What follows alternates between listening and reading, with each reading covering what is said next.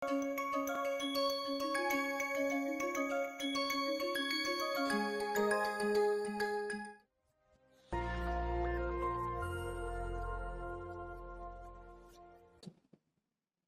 hello everyone. Previously, we discussed the cross sections for nuclear reactions, particularly for the neutron-induced reactions and the charged particle-induced reactions. And now we will discuss how to determine the cross sections experimentally. In fact, when you irradiate a target in an accelerator or a charge or a reactor, how the active atoms are formed, or you can even determine the activity. So if you determine the activity, you can determine the cross section. So first let us discuss how to determine how much will the activity of a reaction product form when you bombard a target with the neutrons or charged particles. So let us discuss in detail the irradiations in the facilities like nuclear reactor and an accelerator. So let's first discuss the nuclear reactor. So, in nuclear reactor, you will have the neutrons all along the moderator system. So you will have a sea, it's like a sea of neutrons, large amount of neutrons, just diffusing through the medium. And so when you have a sample, the sample dimension may be, 1 centimeter cube or so on, whereas the nucleus neutrons are there all along let's just say about a meter cube. So it is like a sea of neutrons, and you put a target, the entire target, all the atoms in the target are exposed to the neutrons. So the nuclear reactor, so how do you define how many neutrons are there in the reactor? Is defined in terms of flux. So across, when you are having a neutron in the reactor, we say this many neutrons are passing through a 1 centimeter area, centimeter square per second. So you have the neutrons going, and 1 centimeter area, how many neutrons are passing in 1 second, that is called the flux. You also call as NV. Sometimes in reactor physics we call NV. N is the number of neutrons per cc into its velocity. So neutrons per centimeter cube into centimeter per second. So it will be neutrons per centimeter square per second. Sometimes the neutrons are not thermalized, they are having mass component, so velocities are different. So you define neutron flux as NV, number of neutrons per cc into velocity of neutrons. So this is also defined sometimes as neutron flux. Okay, so you irradiate the sample. So this whole thing is like a nuclear reactor. Entire target is exposed to neutrons. So all the atoms in the target are exposed to neutrons. And so when you have the target atoms, this is the rate of reaction, target atoms, total number of target atoms, cross section into flux, n sigma phi, rate of reaction. And when the target is getting activated, then the active atoms start decaying with the rate n lambda. So the net rate of reaction is n sigma phi minus n lambda. So this is if you are producing a radioactive isotope as a product of a nuclear reaction, then the rate of formation of the net rate of formation is dN by dt. This is the growth minus decay part, like the radioactive decay chain. So NT is the number of target atoms in the sample. If you have the weight in gram, then you can multiply by Avogadro number and divide by the mass number if it is a monoisotopic target. If it is a multi-isotopic target, then you have to find the abundance of that isotope. So that particular isotope, how many atoms will be there, you have to calculate. So weight is the weight of target, W is the weight of target in gram, A is the mass number of the target. For example, if it is a monoisotopic like cobalt, A will be 59. But if it is a magnesium target, magnesium will have 24, 25, 26. So you have to take the average atomic weight, 24 point something, and a particular isotope of magnesium, 25, 24, which one, so that you have to accordingly calculate the number of atoms of that target atom. Sigma is the cross section in terms of centimeter square or bond, and phi is the flux, which we define in terms of neutrons per centimeter square per second. So this, if you solve this equation, you get activity at the end of a radiation, rate of reaction, into 1 minus e raised to minus lambda Ti. This is called the saturation factor. We also call this S. So the saturation factor essentially tells you for how much time you should irradiate the target. There is no point irradiating for a long time. So you can optimize the irradiation time from this graph. So actually, if you see here, if you plot this S here, then this factor will become 1. And when Ti equal T half equal to Ti, it will be 0.5. This is T half. So if you irradiate for 1 half-life of the radioisotope that you will produce, you will get 50% activity. And after about 3-4 half-lives, you will find that you will saturate the activity. So you do not gain anything by irradiating more than 3-4 half-lives. So usually you irradiate for 1 to 2 half-lives of the radioisotope, that is sufficient to produce optimum activity. So this factor is deciding how much is the irradiation time, and this decides the rate at which the product is formed. So activity at the end of irradiation will be following again the same graph as the saturation factor. So let us do an exercise to know. Now it's better to get a feel of how many becquerels or how many curie we produce when we irradiate certain amount of target. So that will also tell you how much we can irradiate in the reactor. So let us calculate the activity of cobalt 60 and gamma 60 cobalt. This is the reaction. Cobalt 59 is a monoisotopic target. We capture a neutron, and by emission of prompt gamma, we come to the ground state of cobalt 60. This ground state will emit. This is the half-life of 5.27 year to 60 nickel by emission of 2 gamma rays, 1172 and 13. So I have given a problem here. 1 gram of cobalt is irradiated in Dhruva reactor. In Dhruva reactor, the flux is 5 to the power 13 neutron per centimeter square per second, and time of irradiation is 1 year. Half-life of cobalt 60, 5.27 years. So this is the equation we use for neutron-induced reactions. N sigma phi, the rate of reaction into saturation factor. So NT, number of target atoms, 1 gram will contain this much upon 59 atoms. So this many atoms are irradiated. Sigma 37.2 bonds, so 3.7 minus 23 centimeter square. Flux is 5 to the power 13 neutron per centimeter square per second. And the saturation factor now 1 minus e raised to minus lambda Ti. So you can write 1 minus e raised to minus 0.693 into time of irradiation 1 year on 5.27 years. So the quantity in exponential has to be dimensionless. So the time of irradiation and half-life should have the same units. If it is in years, then it should be also in years. So we have to take care of the units. So this factor becomes 0.1236. So if you multiply these factors, you get activity and the end of irradiation 7.03 10 to the power 11 becquerels or 19.01 curie. Divide this by 3.7 into 10 to the power 10. This is the 1 curie. So you can see here, you irradiate 1 gram of cobalt in a reactor for 1 year, and you get about 19 curie of cobalt 60. So that gives you an idea how much activity of cobalt 60 you will get if you irradiate certain amount of cobalt in a reactor for some amount of time. Now let us see the irradiation of targets in the accelerator.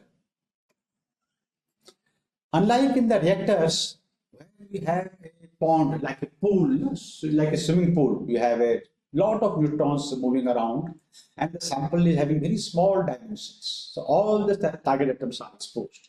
In the accelerator, the projectile is a beam of dimensions 1 or 2 millimeters. So you have a very thin beam of projectile bombarding the target, and this is the vertically used. So if you have a target like this in a cross-sectional area, beam will be like this if you see in the perpendicular direction.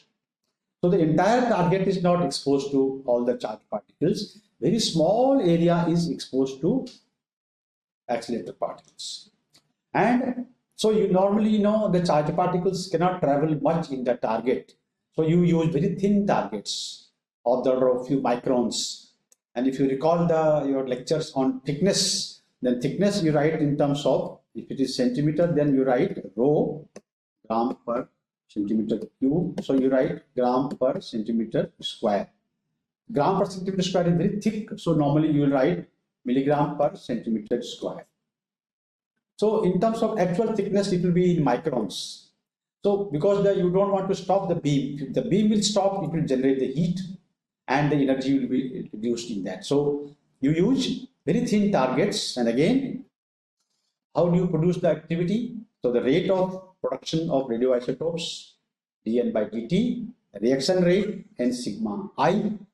You don't have a flux now, you have an intensity of the targets, a projectile minus n lambda, a rate at which the radioisotope is decaying, and again the solution of it is similar to that in neutron-induced reaction rate into saturation factor. Now that NT is the number of target atoms per centimeter square, which you can get from the thickness. I is now that intensity, we don't call it a flux, but number of particles per second.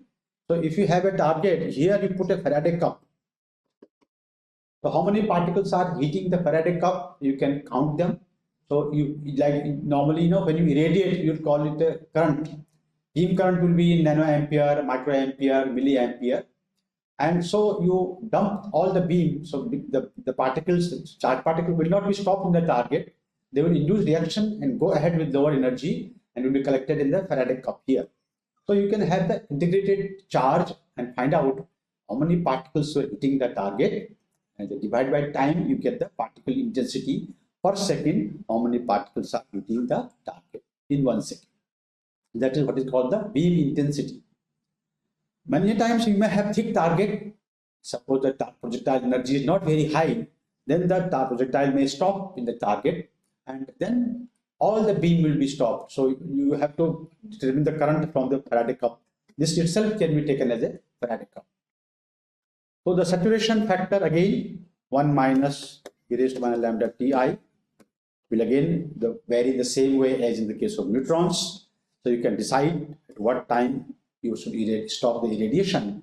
So ultimately, the formula for the activity of the radioisotope is again 1 sigma I, 1 minus e raised to minus lambda Ti. Now let us again do an exercise to see how the activity can be generated in the accelerated irradiation. And prior to that, it is important to know how to choose the energy of projectile and what energy and what projectile we use to produce a particular radioisotope. So this is the important exercise to know if I want to produce a particular isotope by charged particle induced reaction, what target, what projectile, and what energy we should use.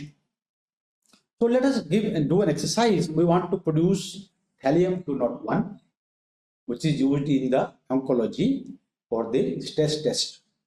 If someone undergoes some heart problem, if the doctor want to know what part of the heart is become infructuous, that means the blood is not flowing, and you can inject thallium-201 activity and see you can monitor the activity of this isotope in the bloodstream and see whether the heart is receiving the blood, all part of the heart is receiving blood or not.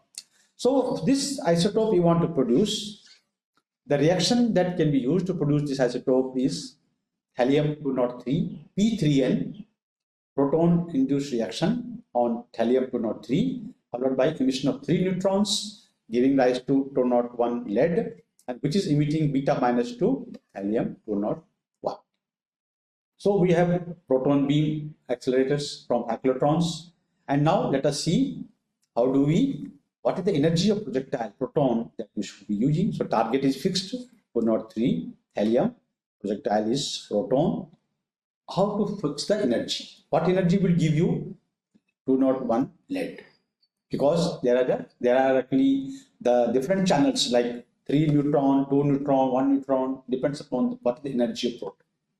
So let us try to see. First is the Coulomb barrier. the proton should cross the Coulomb barrier of thallium-203. So for that, you use the reaction, the equation are this one. This is the factor 1.44. Z1, Z2, R0, A1 1/3 plus A2 1/3, that is 13.2 MeV is the Coulomb barrier. Now, when you bombard thallium with proton 204, lead will be formed, and it should be excited to such an extent that it should emit 3 neutrons. So the excitation energy of the compound nucleus, that is 204 lead, should be sufficiently high to emit through. Typically, to emit 1 neutron, about 10 MeV energy is utilized, because the binding energy of neutron in heavy nuclei will be of the order of 7-8 MeV, and the neutron will carry some kinetic energy 1 to 2 MeV. So total roughly about 10 MeV energy is required to emit a neutron. So the excitation energy should be of the order of 30 MeV in the compound nucleus, so that 3 neutrons are emitted. So the excitation energy of the compound nucleus will be given by ECM plus Q. ECM is the energy available in the center of mass system, and Q is the Q value. So let us calculate the Q value. Q value for this reaction, mass of the proton plus mass of thallium-203 minus the mass of 204 lead. So that is in terms of delta M value, the excess mass defect values, proton, thallium-203 and lead-204.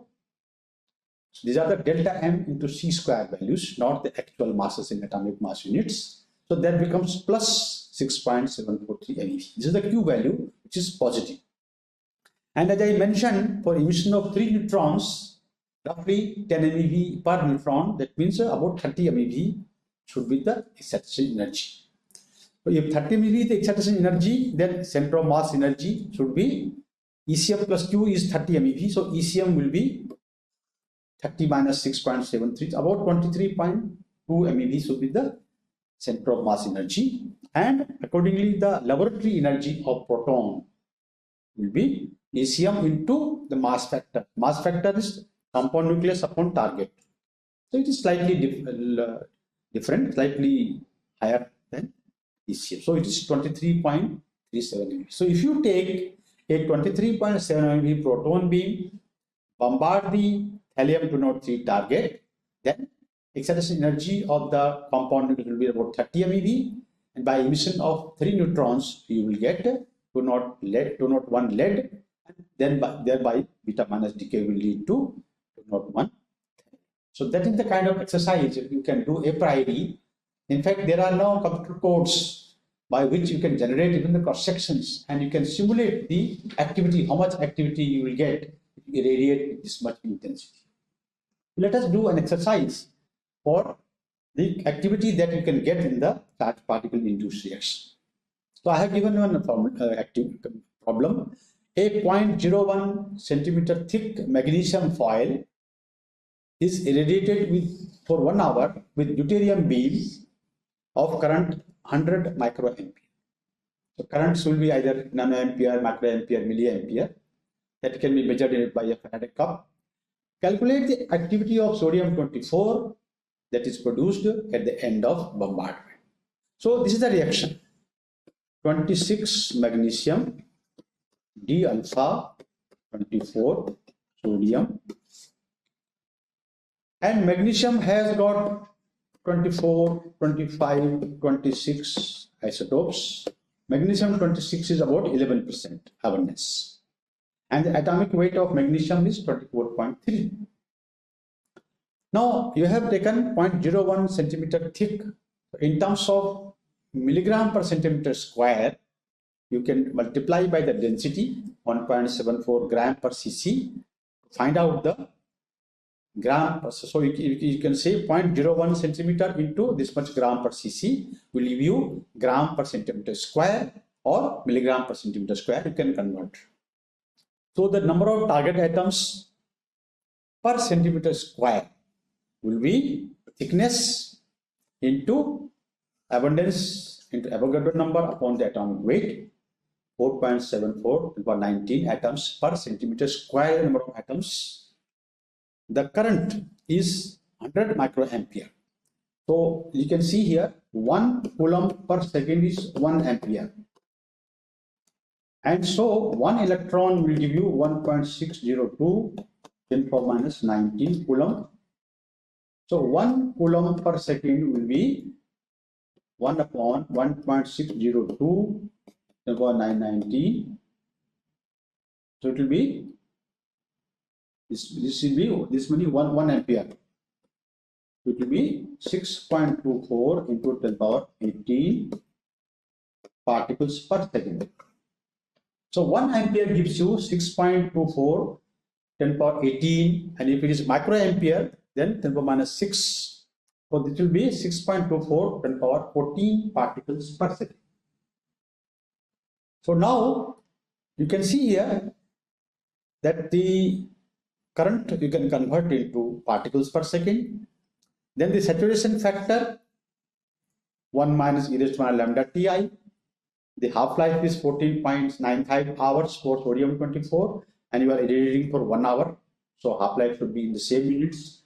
Half-life and irradiation time in the same units, so it becomes 0.04597. So now you can calculate the cross-section is 25 millibond, 1 millibond, 10 power minus 27 centimeter square.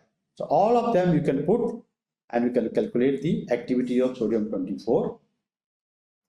So N sigma I, and the saturation factor will be 3.33 10 power 7 factors. So you can see here that in the case of accelerators, where the beam intensities are low, targets are very thin, you get about millicurie levels of activity compared to the Curie levels of activity in reactors. So accelerators, we will discuss more on the comparing the reactor radiation and accelerator radiation. In general, in accelerators, we get a lower activity because of the limitations of the target thickness as well as the particle intensity. Now, we have now got the idea what is the level of activity that you can produce. So let us now discuss the determination of cross-section for the charged particle induced reaction. So we will take an example of alpha induced reaction on niobium 93, giving rise to compound nucleus 97. And this excited state of nucleus can emit now 1 neutron, 2 neutron, 3 neutron, depending upon the excitation energy. So the variation of the cross-section with the energy of the projectile is called as the excitation function. So we discussed the reaction cross-section, which is varying as this one, sigma r equal to pi r square 1 minus EC upon ECM. So that is this. This is the total reaction cross-section. But the compound nucleus that is formed, it can emit 1 neutron at low energy, still high energy it can emit second neutron, and still higher energy it can emit third neutron. So as you increase the energy of the projectile, the compound nucleus is formed with the higher and higher excitation energy, and therefore the different channels are opening up, the different products are formed depending upon the energy of the projectile. So therefore, when you are measuring the cross-section, one needs to measure the total cross-section. So at a particular energy, suppose you want to measure the total cross-section, then you will find at this energy you have one product and two products. The sum total of these two will give you the total reaction cross-section. So the excitation functions, normally what you do, if you do an offline experiment, means you irradiate the sample, you produce radioactive isotopes and count in the laboratory, you generate this excitation functions by varying the energy of the projectile. So for this measurement, what you do, you measure the excitation function. Excitation function means cross-section as a function of energy of the projectile, sigma E. And for that, if the products are radioactive, you can do offline experiment. By offline, I mean you irradiate the sample in the accelerator, stop the irradiation, take out the sample from the accelerator and count the activity in the laboratory on a gamma spectrometry setup, and we can form that. So the same equation is used to find out the cross-section. The activity at the end at any time after irradiation is n sigma I. Sigma is the one you want to determine. Saturation factor, and the after irradiation it may be decaying with time, gamma ray intensity of the isotope, and the detection efficiency for counting.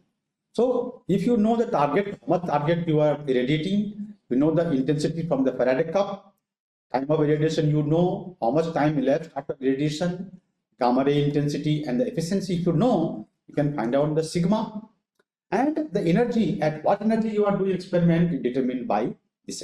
So what we have here is projectile is bombarding the stack of target and catcher. So this is the target, the red ones are the target, and the blue ones are the catcher. Why this catcher is required? That when the target is bombarded, the products may come out of the target by recoil energy and get stopped in the catcher. So if you don't put these catcher files, the products of this target will fall on this target and so on. So it is important that you stop the recoil products in the next file, which can be a catcher file. This catcher file which also used to reduce the energy of the projectile. So subsequent you will find 1, 2, 3, 4, 5. The 5 targets will be facing the beam of different energy. So you have got the cross-section measurements at high projectile energies in organic experiment. So this couple, you can count them together in the gamma spectrometry setup and measure the activity, and from the activity you can find out the cross-section. So if you are doing the offline experiment for the measurement of radioactive evaporation residue means the one after evaporation of neutrons, whatever residues are formed, like technetium 97 giving rise to technetium 96, 95, 94. So these products are radioactive, and you can measure their activity, find out the cross-section for alpha n, alpha 2n, alpha 3n channels. So this is how the offline experiments are done. And lastly, many a times, the physics community particularly, they would not like to do offline measurement. They want to do online measurements. They want to find out the cross-section by online experiment. So here I have tried to explain the online experiment. In the online experiment, you irradiate a target. So I have shown a photograph of an experimental setup in Pelletron at TIFR. We have this target ladder, and a particular target, suppose this is the target, you are exposing to the beam, and in the forward direction, so beam will go out on this way. See, there are these stainless steel cups, there are 2 telescopes. Telescopes means delta E telescope. We have a thin surface barrier detector and we have a thick surface barrier detector. The thin one will reduce the energy of the charged particles like proton, alpha, and so on. And the thick one will stop permanently. So a 2-dimensional plot of delta E and E, the signal of this delta E and E will, if you recall the formula, d by dx is equal to mz square by E, the stopping power formula. So d versus E is a hyperbola. d versus E will give you this hyperbola for different masses like proton, neutron, helium-3, helium-4, and so on.